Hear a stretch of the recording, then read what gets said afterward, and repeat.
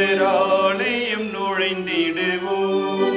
ஆனந்த கீதங்கள் முழங்கிட எழுவோம். ஆண்டவராலயம் நுழைந்திடுவோம். வாருங்கள் வாருங்கள் வாழ்த்திடுவோம். வான் புகழின் இசை இசைத்திடுவோம். வாருங்கள் வாருங்கள் வாழ்த்திடுவோம். வான் புகழின் இசை இசைத்திடுவோம். பிரியமான சகோதர சகோதரிகளே, இந்த கல்வாரி பலியானது நம்மோடு வாழ்ந்து மரித்த ஹாரி ஆல்பர்ட் 40வது நாள் நினைவு, சிஸ்டர் மிலேனா, ஆரோக்கிய மேரி, சூசை கண்ணு, ரேச்சல் செசிலியா இவருடைய ஆண்மையை பாற்றிக்காக இப்பலியை ஒப்பு கொடுத்து ஜெபிப்போம். ஆண்டவர் இவருடைய பாவங்களை குற்றங்குறைகளை மன்னித்து அந்த முடிவில்லா பேரின்ப வாழ்வை முகமுகமாக பார்க்கக்கூடிய பாக்கியத்தை தூதருடைய கூட்டத்திலும் இவர்களுக்கு இடம் தர வேண்டும் என்று இவர்களுக்காகவும் ஜெபிப்போம்.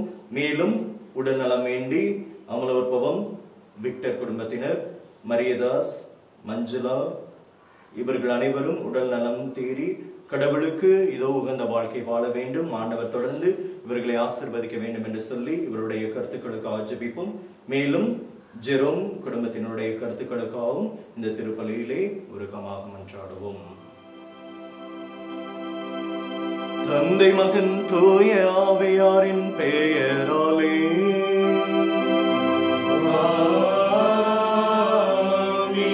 நம் ஆண்டவராகிய இயேசு கிறிஸ்துவின் அருளும் கடவுளின் அன்பும் தூய ஆவியாரின் நட்புறவும் உங்கள் அனைவரோடும் இருப்பதாக. ஆன்மாவோடும் இருப்பதாக. இயேசுவில் பிரியமானவர்களே, இயேசுவே உண்மையான திராட்சை செடி, அதனுடைய கிளைகள் தான் நாம் அனைவரும். அவரோடு இணைந்திருந்தால் மட்டுமே நாம் கனிதர வேண்டும், கனிதர முடியும் என்று ஆண்டவர் சொல்லுகிறார். பல நேரங்களிலே நாம் ஆண்டவரை விட்டு பிரிந்து தனியாக வாழ முயற்சித்திருக்கிறோம். அவர் துணையின்றி நம்மால் சாதிக்க முடியும் என்று நினைத்திருக்கிறோம். நம்முடைய சக்தியை நம்பி, நம்முடைய முயற்சிகளை நம்பி வாழ்ந்திருக்கின்றோம். அப்படி வாழ்ந்திருந்த தருணங்கள், கடவுள் இல்லாமல் வாழ முடியும் என்று நினைத்த தருணங்கள் அப்படி இருந்தால் கண்களை மூடி, இதோ ஆண்டவரே, உண்மையன்றி நாங்கள் ஒன்றும் செய்ய முடியாது, உம்மோடு இணைந்திருந்தால் மட்டுமே நாங்கள் இந்த உலகத்திலே கனி கொடுக்க முடியும் என்ற மனப்பான்மையோடு அவருக்கு எதிராக செய்த பாவங்கள், குற்றமுறைகள், பலவீனங்கள் அனைத்தையும் நினைத்து ஆண்டவரிடம் மன்னிப்பை மன்றாடுவோம்.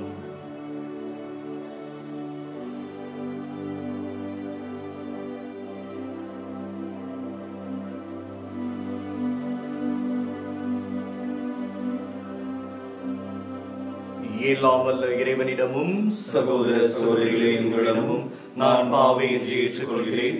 ஏனெனில் என் சிந்தனையாலும் சொல்லாலும் செயலாலும் கடமைகள் தவறியதாலும் பாவங்கள் பல செய்தேன்.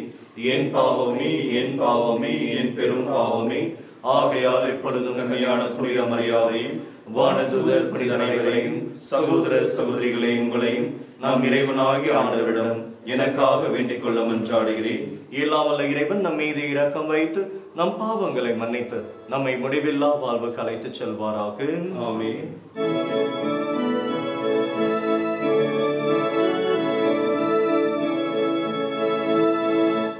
ஆண்டவரே இரக்கமாயிரும். ஆண்டவரே இரக்கமாயிரும். கிறிஸ்துவே இரக்கமாயிரும்.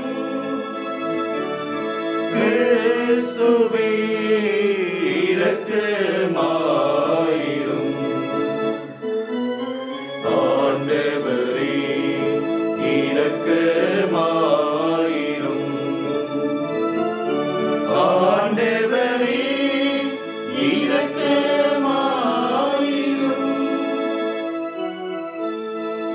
உன்னதங்களிலே கடவுளுக்கு மாட்சி உண்டாகுக. நீ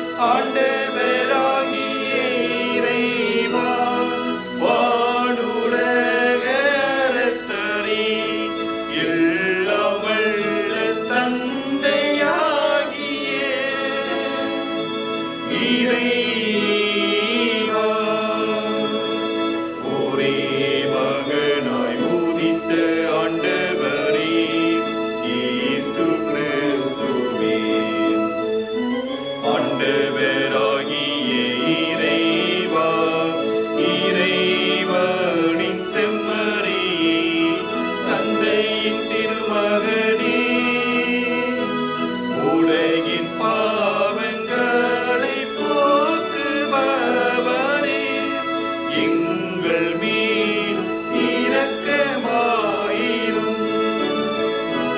உலகின் பாவங்களை போக்குபவரே,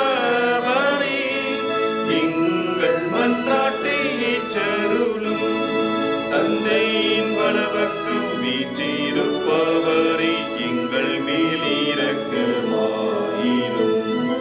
ஏனெனில் இயேசு கிறிஸ்துவே நீர் ஒருவரே தூயவர், நீர் ஒருவரே ஆண்டவர், நீர் ஒருவரே உன்னதர். தூய ஆவியாரோடு தந்தையாகிய இறைவனின் மாட்சியில் இருப்பவர் நீரே.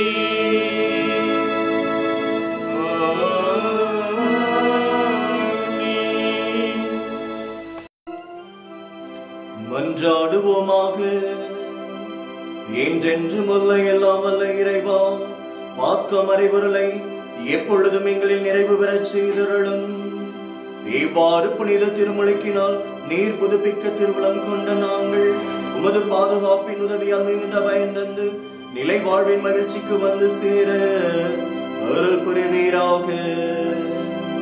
உமோடு தூய ஆவியாரின் ஒன்றிப்பில் இறைவனாய் என்றென்றும் வாழ்ந்து ஆட்சி புரிகிறவரும் எங்கள் ஆண்டவருமான இயேசு கிறிஸ்து வழியாக உம்மை மன்றாடுகின்றோம். ஆமென்.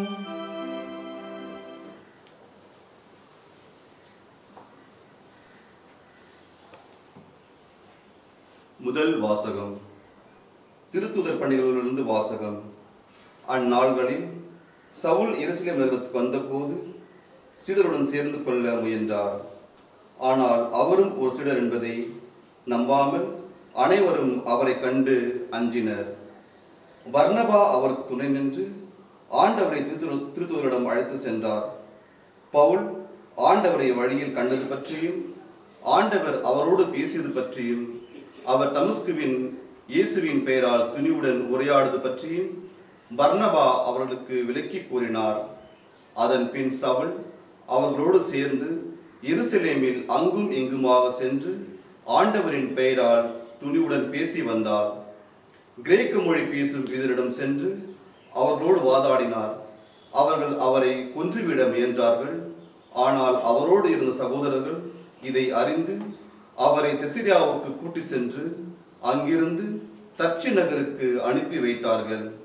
யூதேயா, கலிலேயா, சமாரியா ஆகிய பகுதியெல்லாம் திருச்சபை வளர்ச்சியுற்று ஆண்டவருக்கு அஞ்சி நடந்து அமைதியில் திளைத்து தூய ஆவியாரின் துணையால் பெருகி வந்தது.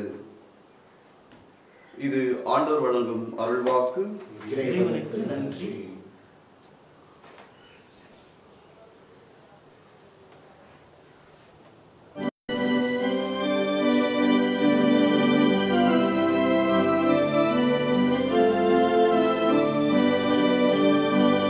இயேசுவே, உன்னோடு நான் உறவாட வாழ்கின்றேன். இயேசுவே, உன்னோடு நான் உறவாட வாழ்கின்றேன். உன்மறை வளர்க்கவே என் உடலாவியை உரமாக்கி போடுவேன். இயேசுவே, உன்னோடு நான் உறவாட வாழ்கின்றேன். நீலத்தில் விளையும் மணிகள் எல்லாம் களத்தில் சேருமோ? நீலத்தில் விளையும் மணிகள்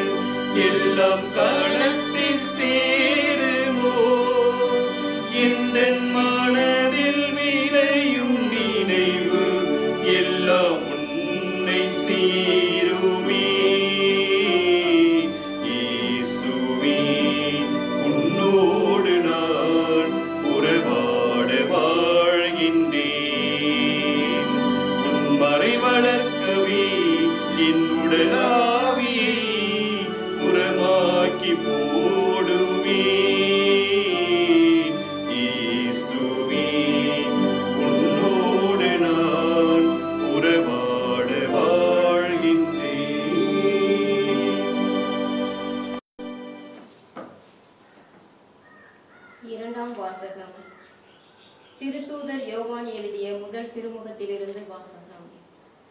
பிள்ளைகளை, நாம் சொல்லிலும் பேச்சிலும் அல்ல, செயலிலும் உண்மையான அன்பை விளங்க செய்வோம்.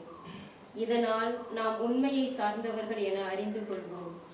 நம் மனச்சான்று நம் குற்றவாளிகள் என தீர்ப்பளித்தாலும் கடவுள் திருமுன் நம் உள்ளத்தை அமைதிப்படுத்த முடியும். ஏனெனில் கடவுள் நம் மனச்சான்றை விட மேலானவர், அனைத்தையும் அறிபவர். அன்பார்ந்தவர்களே, நம் மனச்சான்று நம் குற்றவாளிகள் என தீர்ப்பளிக்காதிருந்தால் நாம் கடவுள் திருமுன் உறுதியான நம்பிக்கை கொண்டிருக்க முடியும். அவரிடம் நாம் எதை கேட்டாலும் பெற்றுக்கொள்வோம். ஏனெனில் அவர் கட்டளைகளை கடைபிடிக்கிறோம். அவர் திருமுன் அவருக்கு உகந்தவற்றையே செய்து வருகிறோம். கடவுள் நமக்கு கொடுத்த கட்டளைப்படி அவருடைய மகன் இயேசு கிறிஸ்துவிடம் நம்பிக்கை கொண்டு ஒருவர் மற்றவரிடம் அன்பு செலுத்த வேண்டும். இதுவே அவரது கட்டளை. கடவுளுடைய கட்டளைகளை கடைபிடிப்பவர் அவரோடு இணைந்திருக்கிறார். கடவுளும் அவரோடு இணைந்திருக்கிறார். கடவுள் நம்மோடு இணைந்திருக்கிறார் என்பதை அவர் நமக்கு அருளிய தூய ஆவியால் அறிந்து கொள்கிறோம். இது ஆண்டவர் வழங்கும் அருள்வாக்கு. இறைவனுக்கு நன்றி.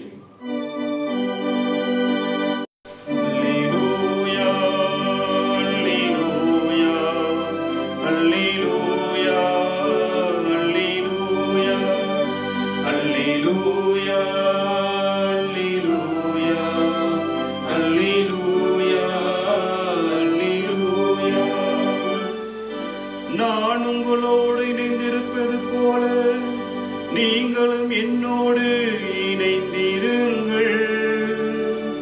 ஒருவர் என்னுடன் இணைந்திருந்தால் அவர் மிகுந்த கனி தருவார் என்கிறார் ஆண்டவர். அல்லேலூயா, அல்லேலூயா, அல்லேலூயா, அல்லேலூயா, அல்லேலூயா. ஆண்டவர் உங்களோடு இருப்பாராக. உம் ஆன்மாவோடும் இருப்பாராக. எழுதிய நற்செய்தியிலிருந்து வாசகம். ஆண்டவரே, மாட்சி உமக்கே.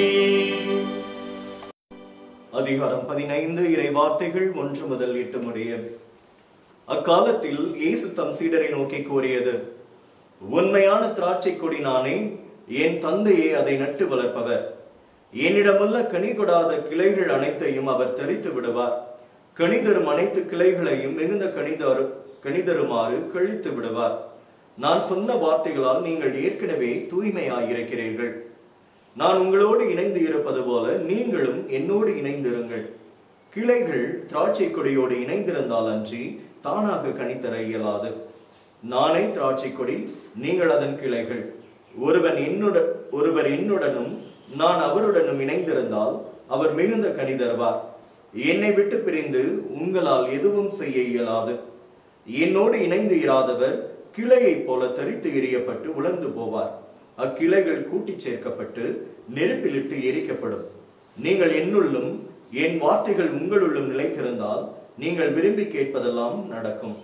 நீங்கள் மிகுந்த கனி தந்து என் சீடராயிருப்பதே என் தந்தைக்கு மாட்சி அளிக்கிறது என்றார்.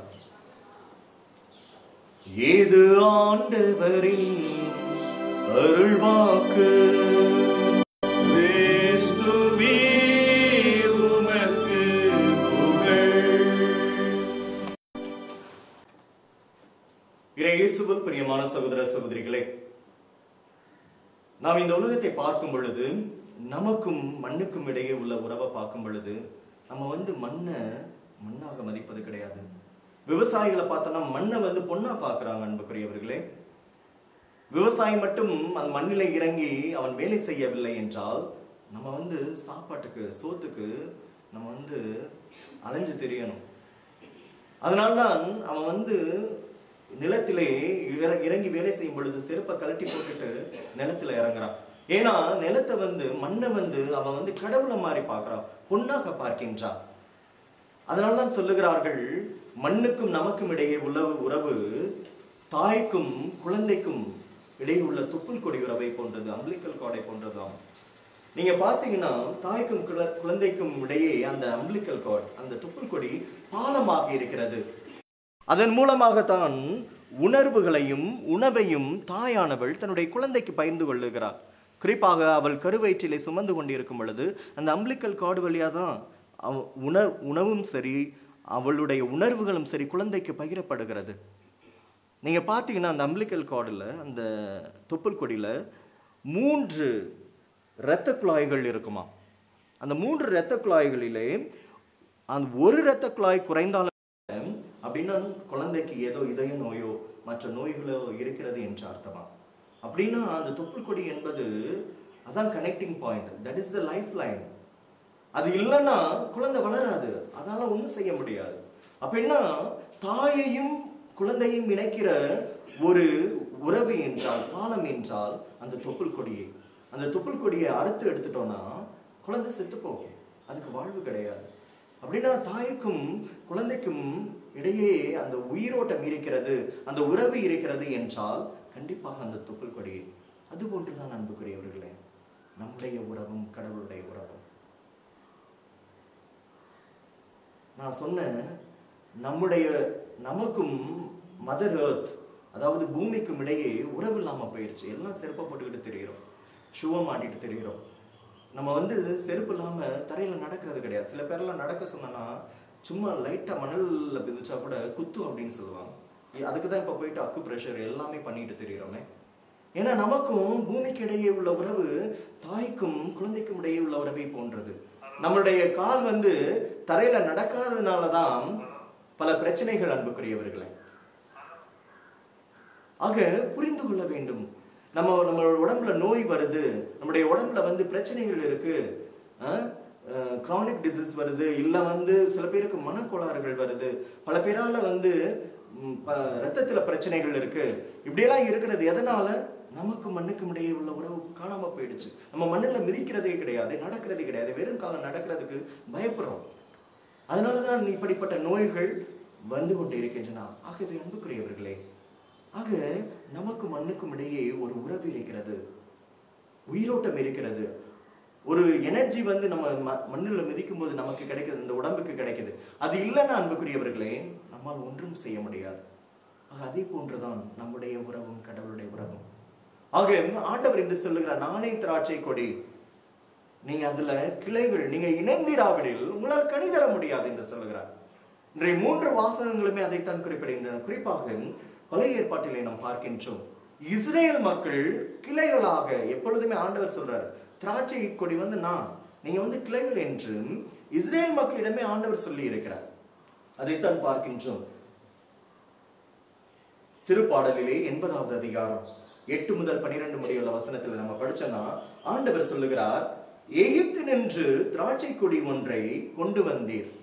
பாருங்க, எகிப்து நின்று திராட்சை செடி ஒன்றை கொண்டு வந்தீர், வேற்றினத்தாரை விரட்டி விட்டு அதனை நீ நட்டு வைத்தீர், அதற்கான நிலத்தை ஒழுங்குபடுத்தி கொடுத்தீர், அது ஆழ வேரூன்றி நாட்டை நிரப்பியது, அதன் நிழல் மலைகளையும் அதன் கிளைகள் வலிமை மிகு கேதுரு மரங்களையும் மூடின, அதன் கொடிகள் கடல் வரையும் அதன் தளிர்கள் பேராறு வரையும் பரவின என்று ஆண்டவர் சொல்லுகிறார். திருப்பாடலை படிக்கின்றோம். ஆக எகிப்திலிருந்து திராட்சை செடியை ஆண்டவர் எடுத்துட்டு வர்றார். இங்கே திராட்சை செடி எது? எகிப்துல யார் இருந்தது? இஸ்ரேல் மக்கள்.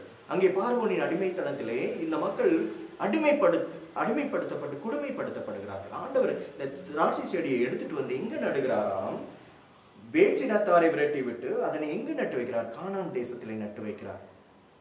ஆக ஆண்டவர் அங்கே இந்த திராட்சை செடியானது வளர வேண்டும், வேரூன்றி கிளைகளையும் மரங்களை நிரப்ப வேண்டும் என்று ஆண்டவர் ஆசைத்தார். ஆக இஸ்ரேல் மக்கள் தான் அந்த திராட்சை செடி என்று ஆண்டவர் சொல்லுகிறார். எசாயா புத்தகத்திலே படிக்கிற 5வது அதிகாரம் 7வது வசனத்திலே சொல்லப்படுகிறது, படைகளின் ஆண்டவரது திராட்சை தோட்டம் இஸ்ரேல் குடும்பத்தாரே, அவர் ஆர்வத்துடன் நட்ட கன்று யூதா மக்களே. ஆக ஆண்டவர் தேர்ந்தெடுத்த இஸ்ரேல் மக்கள் தான் திராட்சை செடி என்று சொல்லுகிறார். மேலும் உசையா இறைவாக்கினர் கூறுகிறார், 10வது அதிகாரத்திலே 1வது வசனத்திலே படிக்கிறோம், இஸ்ரேல் தலைத்து வளர்ந்த திராட்சை கொடி, அது மிகுதியான கனிகளை தனக்கே தாங்கி நிற்கின்றது, எவ்வளவு மிகுதியாக கனிகளை கொடுத்ததோ அவ்வளவு மிகுதியாக பலிப்பீடங்களை அமைத்தது என்று சொல்லுகிறார். ஆக இஸ்ரேல் மக்கள் திராட்சை கொடிகளாக பார்க்கப்பட்டார்கள், செடிகளாக பார்க்கப்பட்டார்கள். அப்பொழுதே அந்த உருவகம் கடவுளுக்கும் அப்பா பிதாவுக்கும் இஸ்ரேல் மக்களுக்கும் இடையே இருந்த உறவு, அவர் செடியாக, இவர்களெல்லாம் கொடிகளாக, கிளைகளாக சித்தரிக்கப்பட்டார்கள் இறைவாக்கினர்கள் வழியாக. ஆக ஆண்டவர் இவர்களை மீட்டு கொண்டு வந்து இந்த திராட்சை செடியை பாலும் தேனும் பழியும் கானான் தேசத்திலே நடுகிறார். ஆனால் இந்த திராட்சை செடி என்ன செய்கிறது? கொடிகள், இந்த கிளைகள் என்ன செய்கின்றன? அந்த செடியோடு இணைந்து இருக்கிறாமல் தனியாக தங்களால் வாழ முடியும், தங்களால் சாதிக்க முடியும் என்று நினைத்து இதோ அந்நிய தெய்வங்களை தேடி போலி இறைவாக்கினர்கள் நம்பி இதோ பிரிந்து போகிறார்கள். போன வாரம் நம்ம வாசகத்துல படிச்சோம். இப்ப 4வது உயிர்ப்பு ஞாயிறிலே நாம பார்த்தோம். போன வாரம் ஆண்டவர் நானே நல்லாயன், நீங்கள்லாம் ஆடுகள்னு சொன்னார். இந்த வாரம் நானே திராட்சை கொடி, நீங்களாம் கிளைகள் என்று சொல்லுகிறார். ஆக அந்த ஆடுகள் தவறி போய்விட்டன. அதே போன்று இந்த கிளைகள் எல்லாம் என்ன செய்கின்றன? தாங்களால் சாதிக்க முடியும் என்று அவர்களுக்குள் மனக்கோட்டை கட்டுகிறார்கள். ஆனால் ஆண்டவர் சொல்லுகிறார், என்ன இல்லாம நீங்க உங்களால ஒண்ணுமே பண்ண முடியாது அப்படின்னு ஆண்டவர் சொல்லுகிறார். அன்புக்குரியவர்களே, ஆக அவர்கள் என்ன செய்கிறார்கள்? காட்டுக்கனிகளை தருகிறார்களாம். ஆண்டவர் நட்டு வச்சுட்டு தண்ணி பாய்ச்சி களை எடுத்து அதுக்கு வேலி அமைத்து எல்லாம் செய்கிறார், மாடம் அமைத்து காவல் காக்கிறார். ஆனால் இந்த திராட்சை செடிகள் என்ன செய்கின்றன? காட்டுக்கனிகளை கொடுக்கின்றன. ஏனென்றால் அவர்கள் கடவுளோடு இணைந்திருக்கவில்லை. இதைத்தான் இசாயா புத்தகத்தில் 5வது அதிகாரம் 2வது வசனத்துல படிக்கிறோம். அதே போன்று மார்க் நற்செய்தியிலே 12வது அதிகாரத்திலே படிக்கின்றோம். ஆண்டவர் சொல்லுகிறார், என்னோடு இணைந்திராவிடில் நீங்க காட்டுக்கனிகளை தான் கொடுப்பீங்க, நல்ல கனிகளை கொடுக்க மாட்டீங்க என்று ஆண்டவர் வருத்தப்படுகிறார். அன்புக்குரியவர்களே, ஆக நாம் என்ன செய்ய வேண்டும்? செடியாக இருக்கும் ஆண்டவரோடு கிளைகளாக நாம் இணைந்திருக்க வேண்டும். நம்ம யோசித்து பாருங்க, செடி கனி கொடுக்க முடியுமா? செடி கனி கொடுக்க முடியாது. கிளைகளால் மட்டும்தான் கனி கொடுக்க முடியும், செடியால கனி கொடுக்க முடியாது. மெயின் ட்ரங்க்னால கனி கொடுக்க முடியுமா? முடியாது. அந்த கிளைகள் இருந்தாதான் கனி கொடுக்க முடியும். இப்ப கிளைகள் யாரு? நீங்கள் நானும் தான். அப்போ இந்த கிளைகள் இல்ல, நான் மெயின் ட்ரங்கோட, மெயின் அந்த மரத்தோட நான் இணைந்திருக்க மாட்டேன்னு சொன்னா நம்மளும் காஞ்சு போவோம், கனியும் கொடுக்க மாட்டோம். ஆக ஆண்டவர் இந்த ட்ரங்க் என்பது கடவுள், அந்த திராட்சை செடி என்பது கடவுள். இவர் யாரை நம்பி இருக்கிறார் கனி கொடுக்கணும்? இந்த உலகத்துல உங்களே என்னை நம்பி இருக்கிறார். இப்ப நம்ம அவரால் எப்படினாலும் கனி கொடுக்க முடியும். ஆனால் ஆண்டவர் உங்களை என்னை படைச்சிருக்கிறார் எதற்காக? ஒரு காரியத்திற்காக. அவர் ஒரு திட்டத்தை வைத்திருக்கிறார், அவர் ஒரு காரியத்தை வைத்திருக்கிறார். உங்களை வைத்து, என்னை வைத்து, இந்த கிளைகளை வைத்து சாதிக்க வேண்டும் என்று காத்துக் கொண்டிருக்கின்றார். ஆனால் இந்த கிளைகள் அதோடு ஒத்திருக்கவில்லை என்றால் ஆண்டவரால் அவர் நினைத்ததை சாதிக்க முடியாது. அவர் இந்த உலகிற்கு மீட்பை கொண்டு வந்தார், அன்பு செய்தார், எல்லாமே பண்ணார். ஆனா அதன் மூலமாக கனிகளை கொடுக்க வேண்டும் என்று நினைத்தார். அந்த கனி கொடுக்கணும்னா நீங்க தான் அவருடைய கண்கள், நீங்க தான் அவருடைய கால்கள், நீங்க தான் அவருடைய வாய், நீங்க தான் அவருடைய உருவமே. ஆண்டவர் உங்களை வச்சிருக்கிறாரு, கிளைகளாக வைத்திருக்கிறார். உங்கள் மூலமா கனி கொடுக்க ஆசைப்படுறார். நீங்க ஒத்துழைக்கவில்லையே, நான் ஒத்துழைக்கவில்லையே, அவரால் மீட்பின் திட்டத்தை நிறைவேற்ற முடியாது. அப்படின்னு அவருடைய சாவு வீணா போகிறது, அவருடைய உயிர்ப்பு வீணா போகிறது. நம்ம வெறுமனை கிறிஸ்தவர்களாக வாழ்ந்து விடுவோம். ஆக அன்புக்குரியவர்களே, ஆண்டவரோடு இணைந்திருக்காவிடில் நம்மால் கனி தர முடியாது. ஆகவே ஆண்டவர் என்ன சொல்கிறார்? என்னோடு இணைந்திருங்கள், இணைந்திருக்க. You have to be connected. பார்க்கிறோம், மின்சாரமான இப்ப விளக்குகள் எரிந்து கொண்டு இருக்கின்றன. இந்த இவ்வளவு அழகான விளக்குகள் வைத்திருந்தாலும் வீட்டுல அழகான என்னென்னமோ விதவிதமான விளக்குகளை லைட்ஸ் எல்லாம் வாங்கி போட்டுடலாம். அதுக்கு கனெக்ஷன் கொடுக்கலாம்னு வச்சுக்கோங்களேன். மின்சாரம் பாயலைன்னா அந்த விளக்குல வயர் வழியா போகலன்னா மின்சாரம் பிரயோஜனமே இல்லை, இல்லைங்களா? அதான் உண்மை. அதே போன்று நம்ம கம்ப்யூட்டர் வச்சிருக்கிறோம், வீடுகளில் கம்ப்யூட்டர் வச்சிருக்கிறோம், லேப்டாப் வச்சிருக்கிறோம். அது இணையதளத்தோடு இன்டர்நெட்டோடு கனெக்ட் ஆகலைன்னா நம்மளால எதுவுமே பண்ண முடியாது. மெசேஜ் பாஸ் பண்ண முடியாது, இமெயில் எதுவும் அனுப்ப முடியாது, எதுவும் தகவல்களை பகிர்ந்து கொள்ள முடியாது. அப்படின்னா it needs to be connected. அந்த ரேஞ்ச் இருந்தால் தான். ஏன் ஃபோனே வச்சிருக்கிறோமே, அந்த ஃபோன் டவர் இல்லைன்னா ஃபோன் வச்சிருந்து பிரயோஜனமே இல்லையே, யூஸ் பண்ண முடியாது. அதே போன்று தான் ஆண்டவர் சொல்லுகிறார், என்னோடு இணைந்திருக்காவிடில் அந்த ரேஞ்ச் இல்லைன்னு வச்சுக்கோங்க, உன்னால ஒண்ணும் பண்ண முடியாது. கடவுள் சொல்றாரு, அந்த மின்சாரம் வேணும், அந்த பவர் வேணும், இருந்தால் மட்டும்தான் உன்னால எரிய முடியும், உன்னால பிரகாசிக்க முடியும், இந்த உலகத்துல வாழ்வு கொடுக்க முடியும், உன்னால பிறருக்கு வாழ்வு கொடுக்க முடியும். பல பேருடைய வாழ்வு இருளடைந்து போகிறது, குடும்பம் சின்னாபின்னமாகிறது. எதற்கு? கடவுள் அங்க இல்ல. கடவுளை நீங்க தூக்கி போட்டுட்டு நாங்க பிரகாசமா எரியணும்னு நினைச்சா எப்படி எரிய முடியும்? ஆக இயேசுவில் பிரியமானவர்களே, you have to be connected. He is the lifeline. Jesus is the lifeline. அவர் இல்லைன்னா உங்களால ஒண்ணுமே பண்ண முடியாது. அவர் இருந்தால்தான் நம்ம வந்து வாழ்வுல பிரகாசிக்க முடியும், எரிய முடியும். இதைத்தான் மத்தேயு நற்செய்தியிலே 7வது அதிகாரம் 17 முதல் 19 முடியுள்ள வசனத்திலே படிக்கிறோம். நல்ல மரம் நச்சு கனிகளை கொடுக்க இயலாது, கெட்ட மரம் நல்ல கனிகளை கொடுக்க இயலாது. ஆக நீ நல்ல மரத்தோடு இணைந்திருக்க வேண்டும். இணைந்திருந்தால் மட்டுமே நீ நல்ல கனிகளை கொடுப்பாய். நீங்க வந்து கெட்ட கனிகளை கொடுக்குறீங்களா? வீட்டுல பிரச்சனை இருக்கா? வீட்டுல இந்த மாதிரி பஞ்சமோ இல்ல பட்டினியோ இல்ல தேவையில்லாத பிரச்சனைகள் தலைவிரித்து ஆடுகிறதா? ஏன்னா நீங்க வந்து ஆண்டவரோடு நல்ல மரத்தோடு நீங்க வந்து இணையவில்லை என்றுதான் அர்த்தம். You are not connected. ஆக நீங்க வந்து நல்ல மரம் இயேசு கிறிஸ்து அவரோடு இணைந்திருந்தால் மட்டுமே நம்ம வந்து அபரிமிதமாக கனிகளை கொடுப்போம். அன்புக்குரியவர்கள், புனிதர்கள் எல்லாம் கனிகள் கொடுத்தார்கள். எப்படி? இந்த அன்னை மரியாள் கனி கொடுத்தார். எப்படி? ஆண்டவரோடு இணைந்திருந்தார். புனிதர்கள் ஆண்டவரோடு இணைந்திருந்தார்கள். ஏன் இன்றைய முதல் வாசகத்திலே பார்க்கின்றோமே, புனித பவுல் போறார், ஆண்டவரை சந்தித்த பிறகு போறாரு, எருசலேமுக்கு போறார். போய் அங்க போதிக்க போறாரு. சீடர்கள் ஏற்றுக்கொள்ள மாட்டாங்க. ஏன்னா சவுலா இருந்தாரு. அவரு பவுலா மாறினது அவங்களுக்கு தெரியாது. ஆண்டவரோட அவர் இணைந்திருக்காம இருந்தபோது அவர்களை ஏற்றுக்கொள்ள முடியல. எப்பொழுது ஆண்டவருக்குள் வந்தான் என்று அவர்கள் தெரிந்து கொண்டார்களோ அப்பொழுது ஏற்றுக்கொண்டார்கள். போகும்போது எல்லாம் துரத்தி விடுறாங்க. நம்மளை கொள்ள வந்தானே இவன் வந்து எப்படி ஆண்டவரை பத்தி போதிக்க போறான் அப்படின்னு சொல்லிட்டு. அப்ப பர்னபா விலைக்கு சொல்றாரு, இல்ல இயேசுவை சந்திச்சாரு சவுல், அதனாலதான் இப்ப பவுலா மாறிட்டு இருக்காரு. அப்பொழுது அங்கே இருந்த யூத மக்களுக்கு, கிரேக்க மொழி பேசும் யூத மக்களுக்கு ஆண்டவருடைய நற்செய்தியை போதிக்கிறார். அப்பொழுதுதான் அங்க மாற்றம் வருது. கலிலேயா, சமேரியா, யூதேயா பகுதியில் பாருங்க, புறவினத்தாரின் அப்போஸ்தலர் என்று அழைக்கப்படுகிற பவுல் ஒரு பாவியா தான் இருந்தார். ஆண்டவரோடு இணைந்திருக்காத போது ஒரு பாவியா இருந்தாரு, எல்லாத்தையும் கொண்டாரு. ஆனா எப்பொழுது இயேசுவை அறிந்து கொண்டு அங்க வந்து அவருக்கும் ஆண்டவருக்கும் இடையே ஒரு உறவு வந்ததோ, இணைக்கப்பட்டாரோ, அப்பொழுது அங்கே மாற்றம் வந்தது. ஆக அதைத்தான் ஆண்டவர் என்று சொல்கிறார். இணைந்திருங்கள், இயேசுவோடு இணைந்திருங்கள், அப்பா பிதாவோடு இணைந்திருங்கள், தூயாவியரோடு இணைந்திருங்க. மூவரு கடவுளுடைய அந்த சங்கமம் நம்முடைய குடும்பங்கள்ல இருக்கணும். அந்த உறவு, அவர்களுக்கு இடையே உள்ள ஒரு உறவு நம்மள்கிட்ட இருக்கணும். அப்படி அது இல்லைன்னா கண்டிப்பாக நம்முடைய குடும்பங்களிலே பிரச்சனைகள் தான் இருக்கும். அன்புக்குரியவர்களே, ஆகவே நாம் சீடர்கள் என்றால் என்ன செய்ய வேண்டும்? கண்டிப்பாக கனி கொடுக்க வேண்டும். ஞானஸ்நானம் வாங்கியிருந்தா மட்டும் போதாது. இல்ல திருப்பலிக்கு தினந்தோறும் நான் வந்துடுறேன் father, so I am connected with Jesus. இல்ல அதே போன்று நான் வந்து பாவமே செய்யல ஃபாதர், நல்லா அவ்வப்பொழுது பாவ சங்கீதனை செஞ்சுறேன், சரியா போ. இல்ல, ஆண்டவர் சொல்றாரு, அதற்கு மேலாக உனக்கு எனக்கு ஒரு உறவு இருக்கு. அந்த உறவுல வந்து நீ எப்பொழுதும் நிலைச்சிருக்கணும். இதெல்லாம் அந்த உறவுக்கு உன்னை இட்டு செல்லும். ஆனால் அதை விட உன்னுடைய உறவு பின்னி பிணைந்த உறவாக என்னோடு இருக்க வேண்டும் என்று ஆண்டவர் கூறுகிறார். அன்புக்குரியவர்களே, அப்படி என்றால் ஆண்டவரோடு இணைந்திருக்க வேண்டும் என்றால் என்ன செய்ய வேண்டும்? முதலாவது, ஆண்டவருடைய கட்டளைகளை கடைபிடிக்க வேண்டும். ஆண்டவருடைய கட்டளைகளை கடைபிடிக்க வேண்டும் என்றால் வாசிக்கிறேன், கேளுங்க. யோவான் நற்செய்தி அதிகாரம் 15 இறை வார்த்தை 10 படிக்கிறோம். நான் என் தந்தையின் கட்டளைகளை கடைபிடித்து அவரது அன்பில் நிலைத்திருப்பது போல நீங்களும் என் கட்டளைகளை கடைபிடித்தால் என் அன்பில் நிலைத்திருப்பீர்கள். அப்படின்னா ஆண்டவர் சொல்றாரு, இயேசு கிறிஸ்து, என் தந்தை கொடுத்த கட்டளைகளை நான் கடைபிடிச்சேன், அதே போன்று நீங்க என்ன செய்யணும்? நான் கொடுக்கிற கட்டளைகளை கடைபிடிங்க. கடைபிடித்தால் என்னோடு இணைந்திருப்பீர்கள்.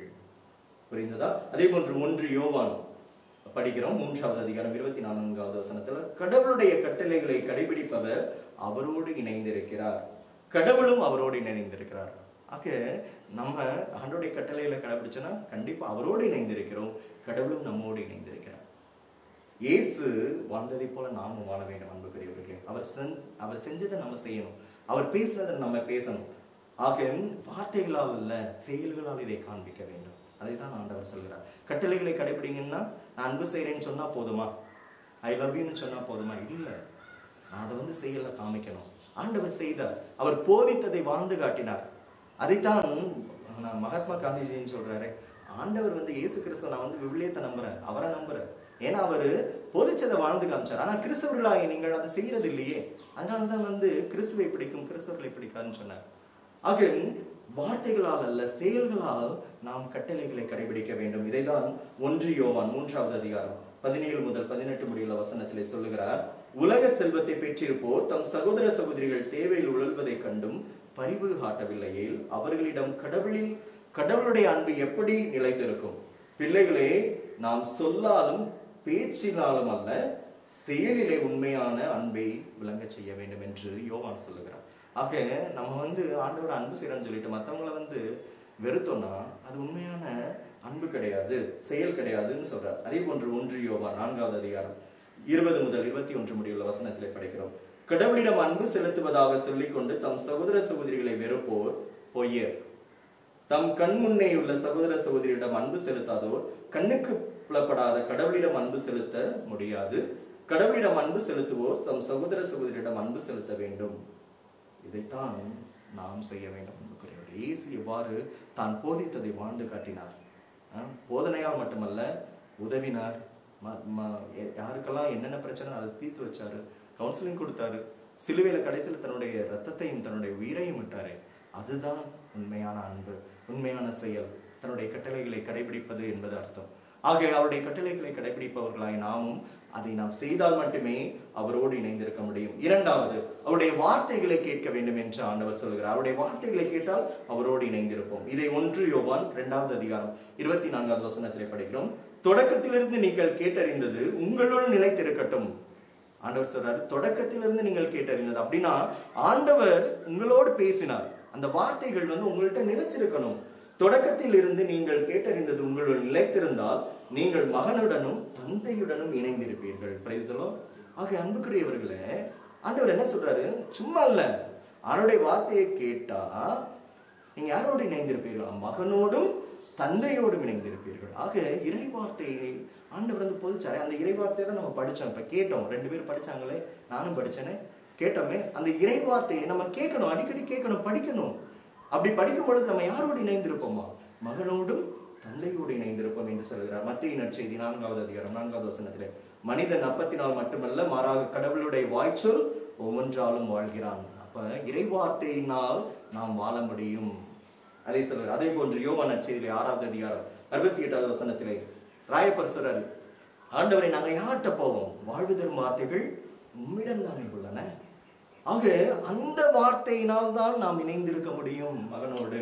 ஆக ஆண்டவருடைய வார்த்தை தெரியவில்லைன்னு அன்புக்குரியவர்களை முக்கியத்துவம் நம்ம கொடுக்கலாம்னு வச்சுக்கோங்களேன். ஆண்டவருடைய வார்த்தைக்கு சில பேர்லாம் புக் ஷெல்ஃப்ல வச்சிருக்கிறோம், இறை வார்த்தை படிக்கிறது கிடையாது, அங்கங்க வச்சிருக்கிறோம், தூசி படிஞ்சு போய் கிடக்கு.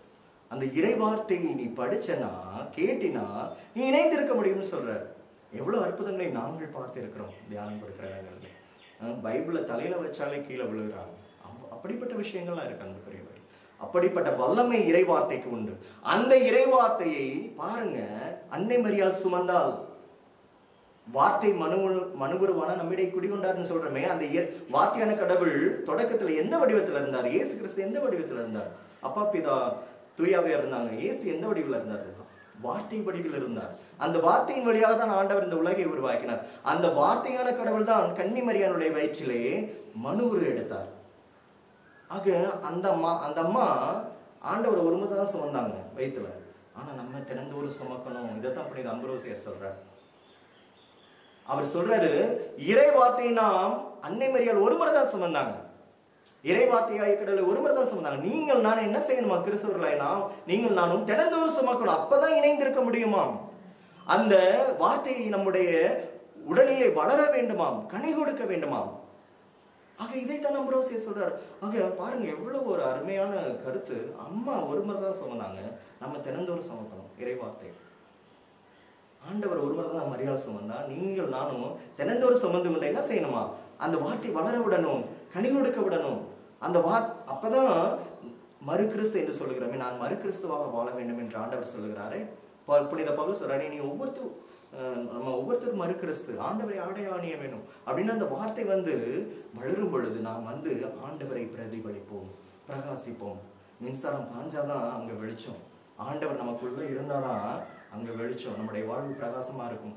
நம்மளை பார்க்கிறவங்க இவன் மறு கிறிஸ்து, இவனை போல வாழணும், இந்த குடும்பத்தை போல வாழணும் அப்படின்னு சொன்னா மட்டுமே அது உண்மையான கிறிஸ்துவ வாழ்வு என்று சொல்லப்படுகிறது. ஆக வார்த்தையை நாம் சிந்தித்து அதன்படி நடக்க வேண்டும். அதே போன்று மூன்றாவது என்ன செய்ய வேண்டும்? தேவையில்லாத கிளைகளை வெட்ட அனுமதிக்க வேண்டும். ஆண்டவர் சொல்றார், அப்பா பிதா அவர் தான் ஒயின் ட்ரெஸரா, he prunes அப்படின்னா அவரு கிளைகளை வெட்ட என்ன பண்ணணுமா? நம்ம அனுமதிக்க வேண்டும். நம்ம கிளைகளை வெட்ட அனுமதிக்கலன்னு வச்சுக்கோங்களேன், அப்படின்னா நல்ல கனி கொடுக்க முடியாது. அப்படின்னா தேவையில்லாத பழக்க வழக்கங்கள், கெட்ட நடவடிக்கைகள், கெட்ட ஃப்ரெண்ட்ஷிப், சகவாசங்கள், இந்த மாதிரிலாம் நம்ம வந்து வெட்ட அனுமதித்தோமே என்றால் கண்டிப்பாக அங்கே நல்ல கனிகள் கொடுக்கும். இப்போ வந்து அந்த கிளைகள் வந்து வெட்டும்பொழுது நம்மளுக்கு வலிக்க தான் செய்யும். துன்பங்கள் வரும், சோதனைகள் வரும், நெருக்கடிகள் வரும். புனித பவுல் அவர் படாத கஷ்டங்கள் கிடையாது. எத்தனை சாட்டை அடிகள் முதுகுல அடிச்சாங்க, கடல்ல தத்தளிச்சாரு, வீடு இல்லாம இருந்தாரு, சோறு இல்லாம இருந்தாரு. இவ்வளவையும் அவர் ஏன் தாங்கிட்டாரு? அவர் கனி கொடுக்க வேண்டும் என்பதற்காக. ஆக நம்முடைய வாழ்விலும் சில நேரங்களில் நாம் புடமிடப்படுவோம். ஆண்டவர் வந்து ப்ரூன் பண்ணுவாரு, தேவையில்லாதெல்லாம் வெட்டுவாரு. நம்ம வந்து வருத்தப்படக்கூடாது. சில நேரத்தில் அது நன்மைக்காகவே அதை செய்கிறார். ஏனென்றால் நீங்களும் நானும் காட்டு கனிகளை கொடுக்க கூடாது, மாறாக நல்ல கனிகளை கொடுக்க வேண்டும் என்பதற்காக. இறுதியாக அன்புக்குரியவர்களே, நற்கருணை ஆண்டவரோடு இணைந்திருக்க வேண்டும். அதை தான் ஆண்டவர் சொல்லுகிறார். யோவான் நற்செய்தியிலே 6வது அதிகாரம் 56வது வசனத்தில் படிக்கிறோம். எனது சதையை உண்டு என் ரத்தத்தை குடிப்பவன் என்னோடு இணைந்திருக்கிறான், நானும் அவர்களோடு இணைந்திருக்கிறேன். ஆக இந்த செடியோடு கொடியோடு நாம் இணைந்திருக்க வேண்டும் என்றால் ஆண்டவருடைய உடலையும் ரத்தத்தையும் கண்டிப்பாக உட்கொள்ள வேண்டும் என்று ஆண்டவர் சொல்லுகிறார். ஆக இயேசுவில் பிரியமானவர்களே, ஒவ்வொரு திருப்பலியிலும் ஆண்டவர் தன்னுடைய உடலை உடைக்கிறார், ரத்தத்தை சிந்துகிறார். இந்த வாசகம், நற்செய்தி வாசகம், ஆண்டவர் வந்து அப்போஸ்தலருடைய கால்களை கழுவுறதுக்கு முதல் நாள் இந்த வார்த்தைகளை ஆண்டவர் சொல்றார். ஏன் சொல்றாருன்னா, சீடர்கள் வந்து கிளைகளாம், அப்பா பிதா வந்து அவர் தான் ப்ரூன் பண்றவர், நட்டு வச்சவர், செடி நட்டு வச்சவர். இங்க செடி என்பது, திராட்சை செடி என்பது இயேசு. ஆக அவருடைய சீடர்கள் தான் கிளைகள். நம்ம எல்லாருமே ஞானஸ்நானம் பெற்ற ஒவ்வொருவரும் அவருடைய சீடர்கள். அவரோடு நாம் இணைந்திருக்க வேண்டும். அப்படி என்றால் நாம் என்ன செய்ய வேண்டும்? திருப்பலிக்கு வர வேண்டும், அவருடைய உடலின் இரத்தத்தை உட்கொள்ள வேண்டும். அது ஒன்று. இறை வார்த்தையை கேட்க வேண்டும். ஆண்டவர் சொன்னாரு, என்னுடைய கட்டளைகளை கடைபிடிக்கும். இதுதான், இதெல்லாம் செஞ்சோம்னா நம்ம ஆண்டவரோடு இணைந்திருப்போம். வேறு ஒண்ணுமே இல்லை அன்புக்குரியவர்களே. ஆக நாம் ஜெபம் செய்ய வேண்டும். திருப்பலி தினந்தோறும் திருப்பலிக்கு வந்து ஆண்டவருடைய உடலின் ரத்தத்தை உட்கொள்ளுவோம், ஆண்டவருடைய கட்டளைகளை கடைபிடிப்போம், ஆண்டவருடைய வார்த்தையை வாழ்வாக்குவோம். அவ்வாறு செய்யும் பொழுது நாம் இதோ திராட்சை செடியோடு இணைந்திருக்கிற கிளைகளாக, எப்பொழுதும் கனி கொடுக்கிற கிளையாக வாழ்வோம் என்பதிலே ஐயமில்லை. அதை உணர்ந்து வாழ முயற்சிப்போம். கடவுள் உங்கள் ஒவ்வொருவரையும் ஆசீர்வதிப்பாராக. ஆமென். எழுந்து நின்று நம்முடைய விசுவாசத்தை அறிக்கையிடுவோம்.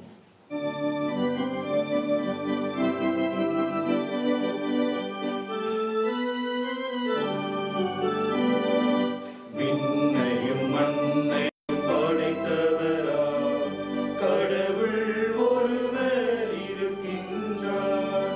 தந்தை மகன் தூய ஆவியராய் ஒன்றாய் வாழ்வோரை நம்புகிறேன். தூய ஆவியின் வல்லமையால் இறைமகன் நமக்காய் மனிதரானார். கண்ணி மரியிடம் பிறந்தவராய் இயேசுவை உறுதியாய் நம்புகிறேன். தாழ்வின் ஆட்சியில் பாடுபட்டார், சிலுவையில் இருந்து அடக்கப்பட்டார், மூன்றாம் நாளில் உயிர்த்தெழுந்தார், இறப்பின் மீது வெற்றி கொண்டார். விண்ணகம் வாழும் தந்தையிடம் அரியணை கொண்டு இருக்கின்றார். உலகம் முடியும் காலத்திலே நடுவராய் திரும்பவும் வந்திடுவார். தூய ஆவியாரை நம்புகிறேன். பாரினில் அவர் துணை வேண்டுகிறேன். பாவ மன்னிப்பில் தூய்மை பெற்று பரிகார வாழ்வில் நிலைத்திடுவேன். திரு அவை உரைப்பதை நம்புகிறேன். புனிதர்கள் உறவை நம்புகிறேன். உடலின் உயிர்ப்பை நிலை வாழ்வை உறுதியுடனே நம்புகிறேன்.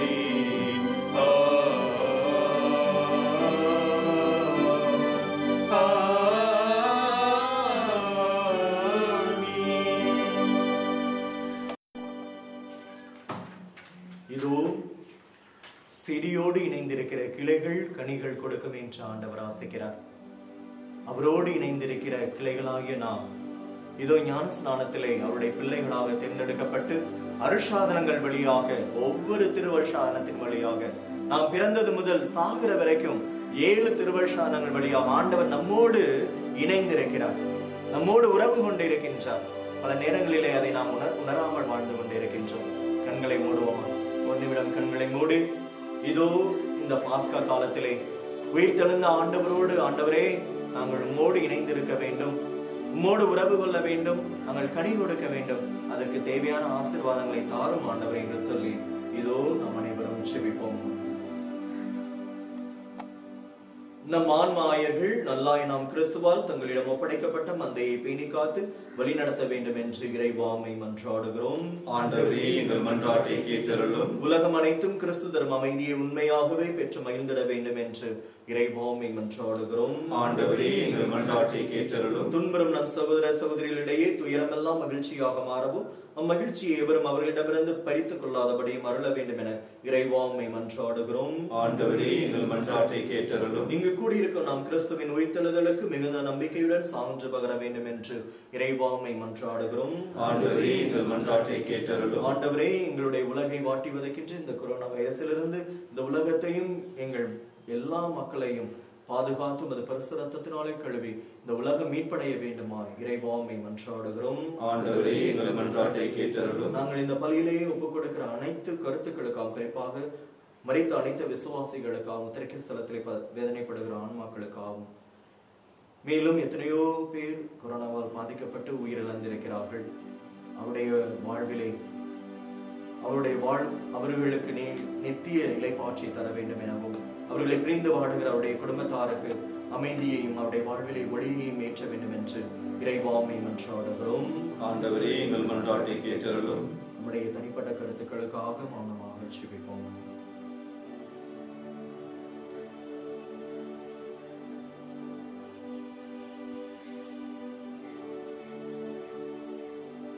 இறைவா, இங்குள்ள மக்களின் வாழ்வு பல்வேறு தேவைகளால் ஏற்படும் கவலைகளுக்கு உள்ளாகி இருக்கிறது என நீர் அறிவீர். நம்பிக்கையாளர் நேர்ந்தளிக்கும் மன்றாட்டுக்களை ஏற்று அவர்கள் விரும்பி கேட்பதை தந்தருள்வீராக. எங்கள் ஆண்டவராகிய கிறிஸ்து வழியாக மன்றாடுகிறோம். ஆமென்.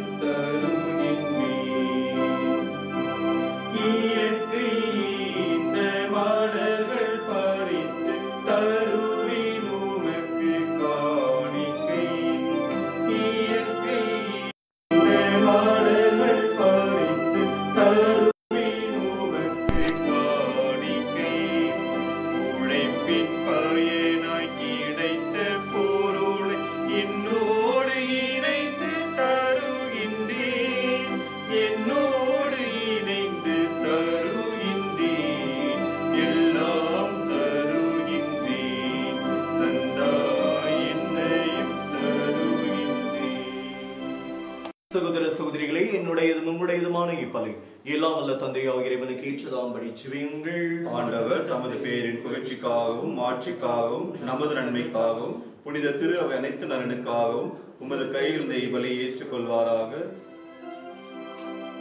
இறைவா, இந்த பலியின் வணக்கத்துக்குரிய பரிமாற்றத்தால் எங்களை உமது உன்னதமான ஒரே இறையியல்பில் பங்கு பெற செய்ய உம்மை வேண்டுகின்றோம்.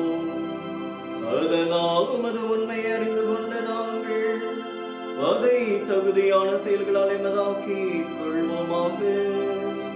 எங்கள் ஆண்டவராகிய கிறிஸ்து வழியாக உம்மை மன்றாடுகின்றோம்.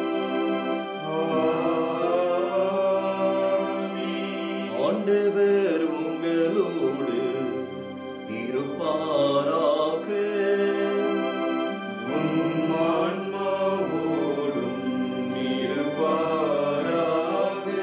இதயங்களை மேலே எழுப்புங்கள். ஆண்டவரிடம் எழுப்பியுள்ளோம். நம் இறைவனாகிய ஆண்டவருக்கு நன்றி பாடுவோம்.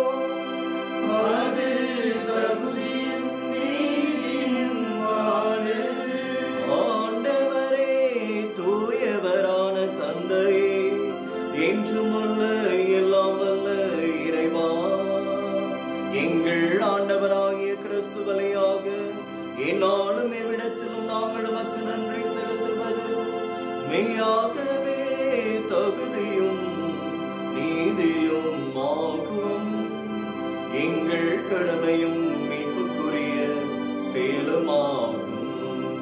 கிறிஸ்து எங்களுக்காக இன்னும் தொடர்ந்து தம்மை கையளித்து உமது திருமுன்னிடையராது வரைந்து பேசி எங்களை பாதுகாத்து வருகின்றார். பலியான அவர் இனிமேல் சாக மாட்டார். கொலை செய்யப்பட்டவர் என்று வாழ்கின்றார். ஆகவே பாஸ்க மகிழ்ச்சி பொங்க அனைத்துலகின் மாந்தர் அனைவரும் மக்களுக்கின்றனர். அவ்வாறே ஆற்றல் மிக்கோரும் அதிகாரம் கொண்ட தூதர்களும் உமது ஆட்சியை புகழ்ந்து பாடி முடிவின்றி பாடுவதாவது.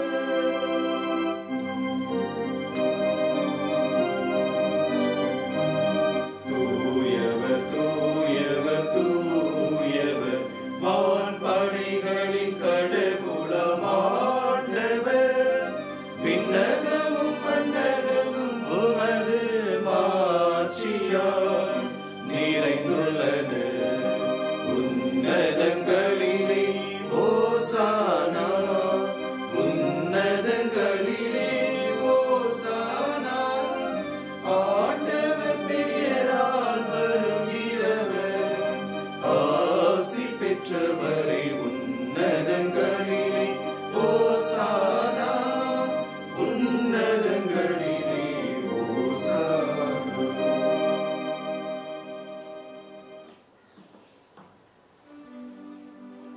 ஆண்டவரே, நீர் மெய்யாகவே தூயவர், தூய்மை அனைத்திற்கும் ஊற்று. ஆகவே உடைய தூய ஆவியை பொழிந்து இக்காணிக்கைகளை புனிதப்படுத்த வேண்டும் என நம்மை வேண்டுகிறோம்.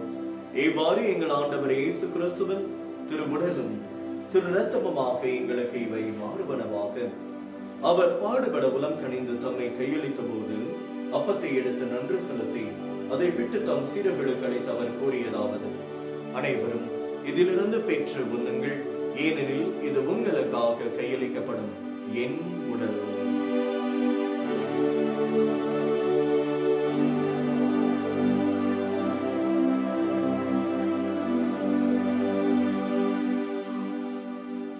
அவ்வனமே இரவு விருந்தை அருந்தியபின் கிண்ணத்தையும் எடுத்து மீண்டும் உமக்கு நன்றி கோரி தம் சீடர்களுக்கு அளித்தவர் கூறியதாவது: அனைவரும் இதிலிருந்து பெற்று பருகுங்கள், ஏனெனில் இது புதிய நிலையான உடன்படிக்கைக்குரிய என் ரத்தத்தின் கிண்ணம். இது பாவ மன்னிப்புக்கென்று உங்களுக்காம் பலருக்காம் சிந்தப்படும். இதை என் நினைவாக செய்யுங்கள்.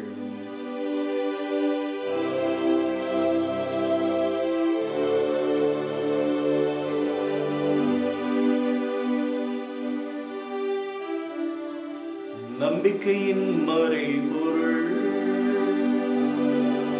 மரித்தார் கிறிஸ்து, அல்லேலூயா.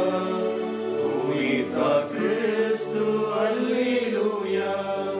வருவார் கிறிஸ்து, அல்லேலூயா. மறுதீர்க்க மீண்டும் வருவார். ஆகவே ஆண்டவரை, நாங்கள் கிறிஸ்துவின் இறப்பினையும் மீட்பினை நினைவு கூர்ந்து வாழ்வு தரும் அப்பத்தை மீட்பளிக்கும் கிண்ணத்தை உமக்கு ஒப்புக் கொடுக்கின்றோம். உம் திருமண் இன்று உமக்கு ஊழியம் புரிய தந்து விளைனங்களை ஏற்றுக்கொண்டீர். எனவே உமக்கு நன்றி செலுத்துகின்றோம். மேலும் கிறிஸ்துவின் உடலிலும் இரத்தத்திலும் பங்கு கொள்ளும் எங்களை தூய ஆவியார் ஒன்று சேர்க்க வேண்டும் என உம்மை தாழ்மையுடன் மன்றாடுகிறோம். ஆண்டவரை, உலகெங்கும் பரவி இருக்கும் அது திருவையை நினைவு கூர்ந்தருளும். எங்கள் திருத்தந்தை பிரான்சிஸ், எங்கள் பேராயர் பீட்டர், எல்லா திருநிலையினராய் அனைவரோடும் மது திருவை அன்பில் நிறைவு பெறச் செய்தருளும். தந்தையை நீர் விளைந்தும் இடம் அழைத்துக் கொண்டு ஹாரி ஆல்பர்ட், சிஸ்டர் மிலேனா, ஆரோக்கிய மேரி, சூசை கண்ணு, ரேச்சல் சிசிலியா என்னும் அடியார்களை நினைவு கூர்ந்தருளும். உம் திருமகனோடு அவரது இறப்பில் இணைக்கப்பட்டிருந்த இவர்கள் உயிர்ப்பிலும் அவரை போல் இருக்க செய்தருளும். மேலும் உயிர்த்திலும் எதிர்நோக்குடன் துயிலும் எங்கள் சகோதர சகோதரிகளையும் இறந்தோர் அனைவரையும் இரக்கத்துடன் நினைவு கூர்ந்து மது திருமுக ஒளியினுள் ஏற்றருளும். எங்கள் அனைவர் மீதும் இரக்கமாயிரும். கடவுளின் கன்னித்தாயான புனித மரியா, அவருடைய அன்பு கணவரான புனித யோசேப்பு, புனித திருத்தூதர்கள், இவ்வுலகிலும் ஒக்குவந்தவராக இருந்தோர் புனித அல்போன்ஸ் லிகோரியார், ஜெரார்ட் மெஜெல்லா, ஜான் நாய்மன், கிளமெண்ட், அசிசியார், பாதிரி பியோ அந்தோனியர் ஆகிய புனிதர் அனைவருடனும் நாங்கள் நிலை வாழ்வில் பங்கு கொள்ளும் தகுதி பெற்று உம் திருமகன் இயேசு கிறிஸ்து வழியாக உம்மை புகழ்ந்தேத்தும் வரமருள உம்மை மன்றாடுகின்றோம்.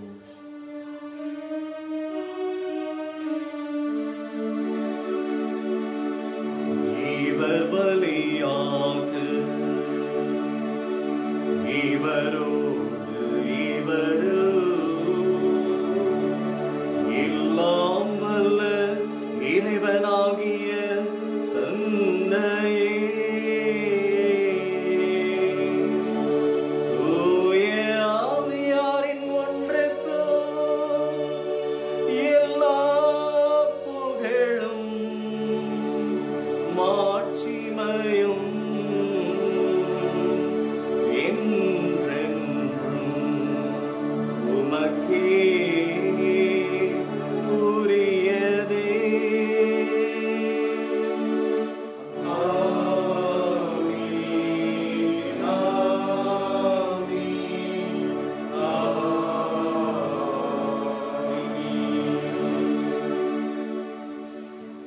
மீட்பெரும் கட்டளையால் கற்பிக்கப்பட்டு இறை படிப்பினையால் பயிற்சி பெற்ற நாம் கரங்களை விரித்து விண்ணக தந்தையை நோக்கி ஜெபிப்போம். எங்கள் தந்தையே, உமது பெயர் தூயது என போற்ற பிறகு உமது ஆட்சி வருக. உமது திருவுள்ளம் விண்ணுலகில் நிறைவேறுவது போல மனநிலையிலும் நிறைவேறுகிறது. எங்கள் அன்றாட உணவை இன்று எங்களுக்கு தாரும். எங்களுக்கு எதிராக குற்றம் செய்வோரை நாங்கள் மன்னிப்பது போல எங்கள் குற்றங்களை மன்னியும். எங்களை சோதனைக்கு உட்படுத்தாதையும் தீமையிலிருந்து எங்களை விடுவித்தருளும். ஆண்டவரே, தீமை அனைத்திலுமிருந்து எங்களை விடுவித்து எங்கள் வாழ்நாளில் அமைதியை கனிவிட நிரலுமை மன்றாடுகின்றோம். உமது இரக்கத்தின் உதவியால் நாங்கள் பாவத்திலிருந்து எப்போதும் விடுதலை பெற்று யாதொரு கலக்கமுமின்றி நலமாயிருப்போமாக. நாங்கள் இது நோக்கி இருக்கும் பேரின்பத்துக்காகவும் எம்மீட்பராகிய இயேசு கிறிஸ்துவின் வருகைக்காகவும் காத்திருக்கின்றோம். ஏனெனில் ஆட்சியும் வல்லமையும் ஆட்சியும் என்றென்றும் உமதே. ஆண்டவராகிய இயேசு கிறிஸ்துவே, அமைதியை உங்களுக்கு விட்டுச் செல்கிறேன், என் அமைதியை உங்களுக்கு அளிக்கிறேன் என்றும் திருத்தூதர்களுக்கு மொழிந்தீரேன். எங்களுடைய பாவங்களை குற்றங்குறைகளை பாராமல் முது திருவை நம்பிக்கையை கண்ணோக்கி முது திருவுளத்திற்கு ஏற்பதற்கு அமைதியையும் சமாதானத்தையும் ஒற்றுமையும் அளித்தருள திருவுளம் கல்வீராக. என்றென்றும் ஆண்டு ஆட்சி செய்கின்றவர் நீரே. ஆமென். ஆண்டவருடைய அமைதி சமாதானம் உங்களோடு என்றும் இருப்பதாக. உம்மான்மாவோடும் இருப்பதாக. ஒருவருக்கொருவர் உறவின் வாழ்க்கை அறிவித்துக் கொள்வோம். உலகின் பாவங்களை போக்கும் இறைவனின் செம்மறியே, எங்கள் மேல் இரக்கமாயிரும். உலகின் பாவங்களை போக்கும் இறைவனின் செம்மறியே, எங்கள் மேல் இரக்கமாயிரும். உலகின் பாவங்களை போக்கும் இறைவனின் செம்மறியே, எங்களுக்கு அமைதியை அளித்தருளும்.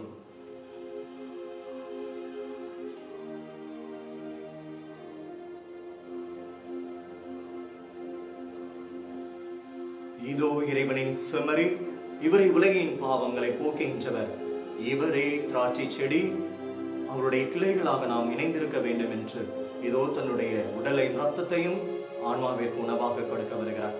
செம்மறியின் விருந்து கலைக்க பெற்றவர் பெயர் பெற்றோர். ஆண்டவரே, நீர் இடத்திலிருந்து வர நான் தகுதியற்றவன். ஆனால் ஒரு வார்த்தை மட்டும் சொல்லிவிடும், என்னுடைய ஆன்மா நலமடையும். கிறிஸ்துவின் திருவுடலும் ரத்தமும் நம்மை காத்து நமக்கு முடிவு நல்வாழ்வளிப்பதாக. ஆமென்.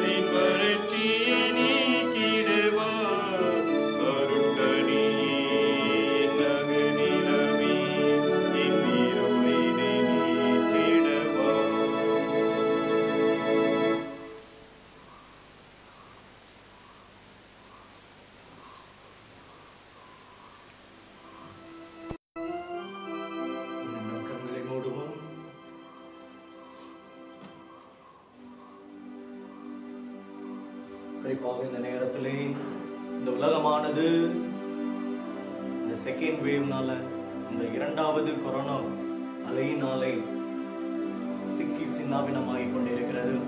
எத்தனையோ பேர் வாழ்வை இழந்து கொண்டிருக்கிறார்கள். கண்களை மூடி ஜெபிப்போமா? இதோ நம்முடைய வந்திருக்கிற ஆண்டவரிடம், நற்கருணை ஆண்டவரிடம், அப்பா நாமத்தினால் இதோ இந்த கொரோனா வைரஸை கடிந்து கொள்கிறோம் ஆண்டவர். உம்மால் கூடாத காரியம் எதுவும் உண்டு? உம்மால் கூடும், எல்லாம் கூடும். அந்த அப்போஸ்தலரோடு நீ கடலிலே பயணித்த போது அந்த அலைகள், பேரலைகள் அந்த படகை மூழ்கடிக்க முயற்சி செய்தன. ஆனால் இதோ கடிந்து கொண்டீரே ஆண்டவரே, காற்றையும் கடலையும் கடிந்து கொண்டீரே. அஞ்சாதே, இறையாதே, அமைதியாயிரு என்று கட்டளையிட்டீரே. இதோ நீர் கட்டளையிடும் ஆண்டவரே. தலித்தாகுமே என்று சொல்லும் ஆண்டவரே, எஃபத்தா என்று சொல்லும் ஆண்டவரே. இதோ நம்முடைய பிள்ளைகள், நம்முடைய மக்கள், உம்முடைய பிள்ளைகள் எத்தனையோ பேரை வாழ்வை இழந்து கொண்டிருக்கிறார்கள். இந்த கொரோனா வைரஸ் ஆனது இந்த உலகத்தையே ஆட்டி படைக்கிறது. பசாசனுடைய பார்வை இந்த உலகத்தின் மேல் இருக்கிறது ஆண்டவரே. அவனுடைய பார்வையை உடைத்தெறியும், அவனுடைய கட்டுக்களை உடைத்தெறியும் ஆண்டவரே. உமது தூய பரிசு ரத்தம், கல்வாரியிலே சிந்தப்பட பரிசு ரத்தத்தினாலே நம்முடைய சகோதர சகோதரியுடைய இதோ அந்த உடலை ரத்தத்தையும் உச்சம் தலை முதல் உள்ளங்கால் வரை கழுவும் ஆண்டவரே. இந்த நோயிலிருந்து விடுதலை தாங்க. உமது பரிசு பிரசன்னம் எகிப்திலே கடந்து சென்றதை போன்று இதோ என்னுடைய உலகத்திலே கடந்து செல்லட்டும் ஆண்டவரே. உமது விண்ணக மகிமை இந்த மண்டபத்திலே வரட்டும் ஆண்டவரே. உமது தூதர்கள் குறிப்பாக ரஃபாயலை அனுப்பும். இதோ சுகப்படுத்துகிற தூதர் அவருடைய படையிலோடு இறங்கி இதோ இந்த உலகத்தையே சுத்திகரிக்கட்டும் ஆண்டவரே. உமது தூய பரிசுரத்தினாலே சுத்திகரியும் ஆண்டவரே. உமது பரிசு நாமத்தினாலே கட்டளையிடுகிறோம். உமது நாமத்தினால் இதோ உம்முடைய நாமத்திற்கு விண்ணவர் மன்னவர் கீழுலகோ எல்லோரும் மண்டிடுவர் என்று சொன்னீரே ஆண்டவரே. உமது நாமம் இதோ பேய்களை ஓட்டுகிற நாமம், உமது நாமம் நோய்களை ஓட்டுகிற நாமம், உமது நாமம் விடுதலை கொடுக்கிற நாமம். இயேசு என்னும் நாமத்தினால் இதோ இந்த உலகத்துக்குள்ள இந்த நோயை கடிந்து கொள்கிறோம் ஆண்டவரே. விடுதலை தாங்க ஆண்டவரே. ஒவ்வொரு வீட்டிலையும் விடுதலை தாங்க, மீட்பை தாங்க. எத்தனையோ பேர் வேலை இல்லாம, எத்தனையோ பேர் கஷ்டப்படுறாங்களே. இந்த உலகமே இதோ எத்தனையோ இடங்களிலே பிணங்கள் குவியலாக குவிக்கப்பட்டு எரிக்கப்பட்டு கொண்டிருக்கிறேன். இந்திய நாடே சுடுகாடாக மாறிக்கொண்டிருக்கிறது ஆண்டவர். இதோ நீங்க தாமே உடைய பரிசு ரத்தத்தினாம எங்களுக்கு விடுதலை கொடுக்க வேண்டுமா செபிக்கிறோம். எங்கள் ஒவ்வொருவரையும் தொட்டு சுகப்படுத்தும் ஆண்டவரே. கூடிய சீக்கிரமே இதோ எங்களுடைய உலகிற்கும் எங்களுடைய நாட்டிற்கும் விடுதலை தாங்க. நாங்கள் உமது பிள்ளைகளாக இதோ எங்களுடைய பாவ கட்டுக்களை அவிழ்த்து விட்டு பசாசனுடைய பிடிகள் இருந்து, கோர பிடிகள் இருந்து விடுதலை பெற்று உமக்கு ஊழியம் புரியும் பிள்ளைகளாக வாழ எங்களுக்கு வழிகாட்டும் ஆண்டவரே. இதோ உம்முடைய கிளைகளாக உம்முடைய செடியோடு அந்த குடியோடு இணைந்திருக்கக்கூடிய ஆற்றலையும் வல்லமையும் எங்களுக்கு தாரும் ஆண்டவரை. நாங்கள் கணிதர வேண்டுமா, இந்த உலகத்திலே கணிதர வேண்டுமா, எங்களுக்கு ஆசி புரியும். இதையெல்லாம் எங்கள் ஆண்டவர் ஆகிய கிறிஸ்து வழியாக மன்றாடுகிறோம். ஆமென்.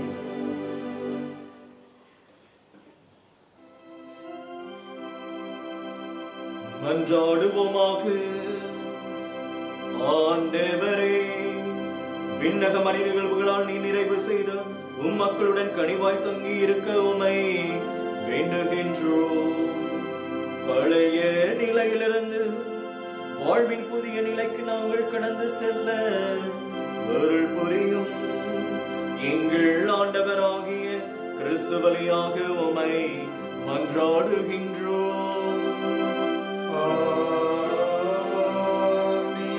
ஆண்டவர் உங்களோடு இருப்பாராக.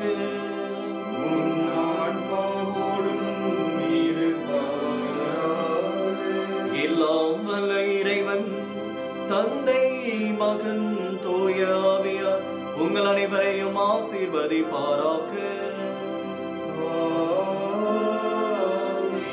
இயேசுவின் அன்பிலும் இடைவிடா சகாயனையின் பரிந்துரையிலுமால சென்று வாருங்கள். திருவிருந்து நிறைவு பெற்றது.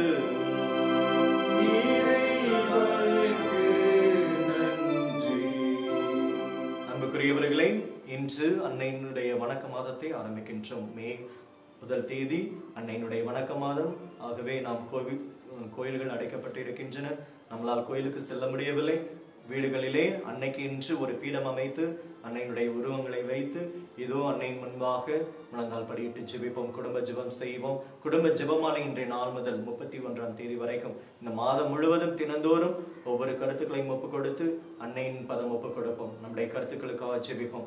கூடிய சீக்கிரம் இந்த கொரோனா வைரஸ் ஆனது அன்னையினுடைய பரிந்துரை ஜெபத்தினாலே இது முற்றிலுமாக இந்த உலகத்திலிருந்து அகற்றப்பட வேண்டும் என்று குடும்ப ஜெபமாலையை ஜெபிக்க ஆரம்பியுங்கள். அது வெற்றியின் மாலை, பசாசை ஓட்டுகிற மாலை. அந்த பூ மாலையை கையில எடுத்து அனைவரும் இதோ அன்னையினுடைய நாமத்தை உச்சரிக்க ஆரம்பிப்போம். நாம் அனைவரும் விடுதலை அடைவோம். கடவுள் உங்களை ஆசீர்வதிப்பாராக. ஆமென்.